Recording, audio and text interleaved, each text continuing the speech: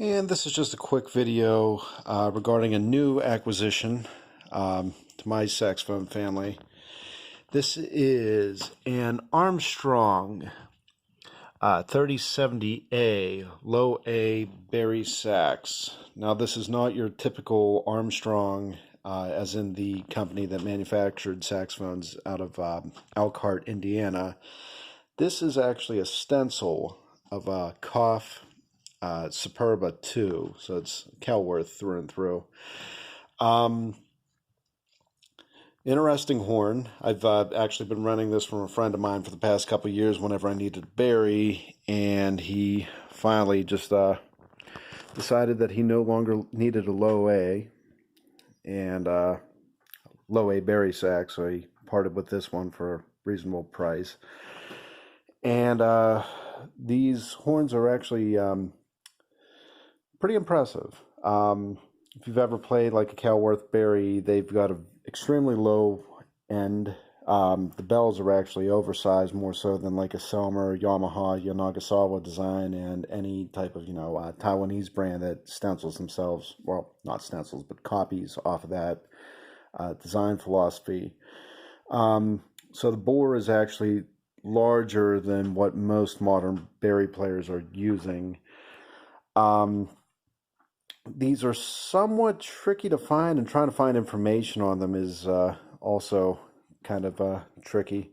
I'm not sure how the lighting's going to come out on this. This is actually a new camera phone. So I might redo this eventually if I'm not happy with it. But just a quick few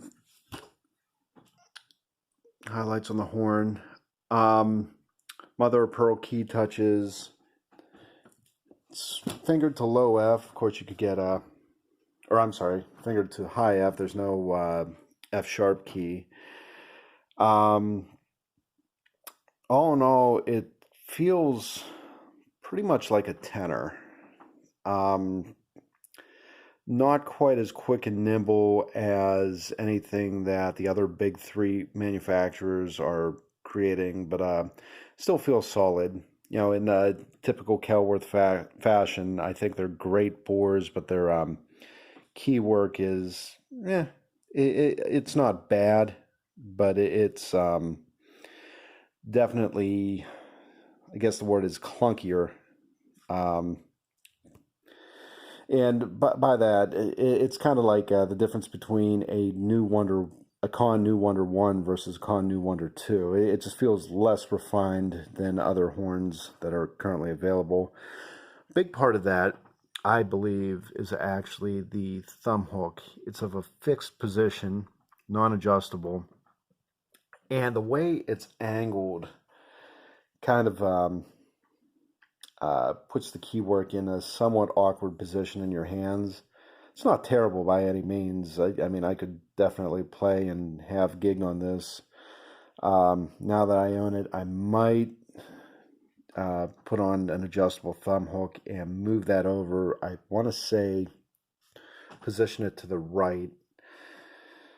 That's just a hunch that it might feel a little bit better. Put the horn a little bit more forward under my fingers and make it feel a little bit more like a Selmer. And I know a couple Couf Superba tenor players that have done the same modifications, so that's just an ergonomic preference. But I mean, these horns are really, really fun to play. The owner actually gave me, this is the first baritone sax I've actually played for extensive amounts of time, so I'm more familiar with this than anything else. So I kind of cut my teeth on the pitch with this. What he gave me were the two mouthpieces that came with the horn when he bought it. I can't remember if I mentioned this. I dated the horn to 1980. I want to say it's still on its original overhaul. Now that I have it too, I'm also going to be fiddling with some things, tightening some things up, and swapping some pads out that I could see have seen better days. So I want to say it's about 90% where it should be right now, but me, the constant tweaker, I'm gonna get some pads and work out some little kinks I know can make it better. And one thing I'm noticing, if you're a tech, feel free to correct me on this, but it seems with bari sax, like a lot of the problem places that I would usually have on alto, tenor, or soprano are non-existent on this horn, since everything is, give you an idea of my hand, the little tight areas are a lot more spacious, which will actually, I believe, make this horn a joy to work on. Oh yeah, give you an idea of what the, put the phone down for a second, flip the horn around. Bell brace is kind of interesting, bell to body brace, single post design. A 3-point, Selmer Yamaha style would probably be better, but on the other hand, if you drop a bari, it's probably not going to work out for the horn too well anyway. So rule of thumb is don't drop it. Fairly heavy horn. I want to say it's a little bit heavier than like modern Yannis, and definitely, well, obviously heavier than low B flat horns, but also feels heavier than most Yanni, modern Selmers, and Yamaha horns that I played. It's got its own character. A lot of people have issue keeping this in tune up high in the palm key region, which goes back to what I was getting to earlier. He gave me, the previous owner gave me 2 mouthpieces that came with it. This is just a basic Brohart plastic, which works, Brohart Special, works really well with this. And my pick of the litter is actually another Brohart. It's a metal piece. Take a look at this baffle though. I never really played Brohart pieces on alto or tenor, so I'm not really familiar with the equivalents. But that's a substantial baffle. Long shank really requires you to push in to keep everything in tune. But I've really liked how this works with and a couple other sax players have heard this horn play. We all kind of agree, like the palm keys actually really speak. They're really clear.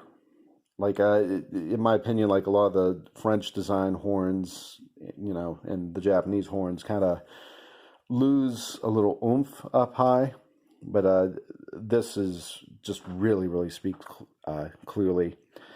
So if you do have a Kelworth, a Couf, one of these Armstrongs, I would recommend trying the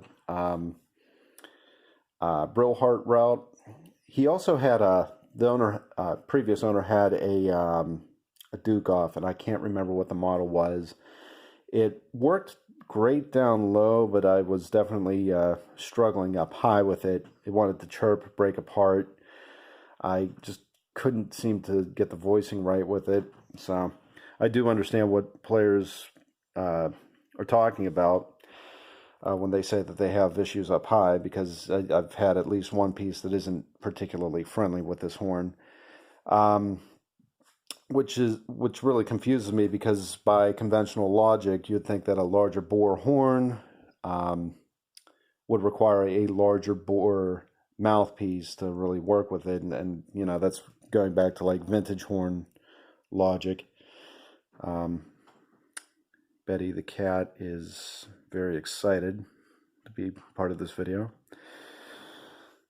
So definitely try something like this. The baffle seems to help up high pretty well. Like I said, this one worked pretty well too. This is more of a conventional large bore design, even though there's a considerable rollover there too. I'm not using anything other than my go-to whenever I don't know what I want to do with a horn or mouthpiece combination, and I start out on Rico Royal 3s. Seems to work good with this mouthpiece combination. Actually, I should have measured the tip openings because I'm not sure what they are on both. Oh, actually, there it is. This is a 5-star. It's a 5-star there, and the hard rubber is not marked, so that's going to be our mystery piece. So, okay, we've established that 5-star metal brill heart with a high baffle works out pretty well. Neck strap wise, he gave me the one that came with the horn. This also has a harness, but it's basically a harness straps that clip to this and go underneath your arms. I never used it. I tried that once. This is just a standard old leg, which is what I already use on alto and tenor. But if you followed my channel and paid attention to my old video regarding the tenor through the Vocal 300 processing pedal that takes it down an octave, and I use that to emulate bari parts. Still do in smaller gigs because I don't like carrying around, especially in bars, carrying around something this big. It's just a disaster waiting to happen. But I know a couple of you guys have messaged me and asked me to do like a comparison video between the Vocal 300 on a tenor versus this.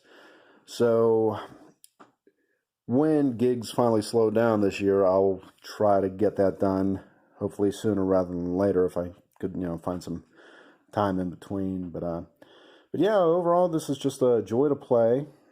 Like I said, this is an Armstrong 3070A, which designates a low A horn. 3070B would be a low B flat horn.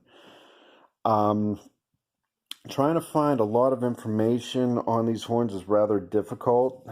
From what I was able to ascertain, Couf was building baris for Armstrong for quite a while, and then they stopped. And I'm trying to figure out like the timeline. If anyone knows anything more about this, please comment below. I know that Con also stenciled for Armstrong a low A, which was an 11M baritone. And then Elkhart started manufacturing them themselves. They used a lot of the same key cuts and I guess tooling that Kelworth supplied them with, but the Kelworth, the American-made Armstrong horns had some different key cuts. The ones I've seen, they had nickel-plated keys, and from my understanding is their quality control went kind of downhill from there. But I mean, I've never seen any of those myself. My knowledge on those later Armstrong horns relates to alto and tenor, with the alto actually being the first horn I started out on as a kid. So one of the biggest issues I've ever had with those horns, intonation issues that no overhaul seemed to be able to get rid of, and the actual pins that hold in the needle springs. Let me try to get a flashlight on that.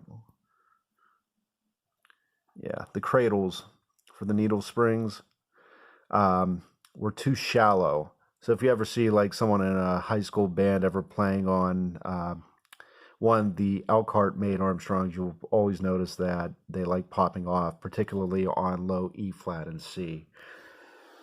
If anyone else has ever played in those in high school, you'll know that struggle was real. But overall, just a great horn. If you can find them, usually you can find them in like the $1,500 to $2,500 range, depending on condition. They're great bang for the buck. I would definitely take these over the no-name Chinese horns that pop up on eBay all the time, just because I've seen these things in action. This, like I said, is still on its, I believe, original overhaul, and it's, withstood the test of time. The Chinese ones I've seen, they're not terrible, but I'm always apprehensive when a company uses hot glue to put pads inside the key cups. That's usually a recipe for disaster waiting to happen. So, I mean, how they'll hold up after an overhaul, it might be another bang for a buck too. I haven't had enough experience with the Chinese ones to say one way or another. But if you happen to come across one of these, they're most definitely gig worthy. They could definitely keep up with more difficult passages, playing fast on them. And like I said, this one's only at about, I would say, 85-90% of its full potential, and it's still nimble. Once you get over the ergonomics, which might feel a little funky at first, especially if you're used to the Japanese or French-made baritones, it's really a joy to play. And yeah, definitely give these a try. If you have, please sound off below. Tell me some information I may have missed, or any information that can't be found on the web, please post below.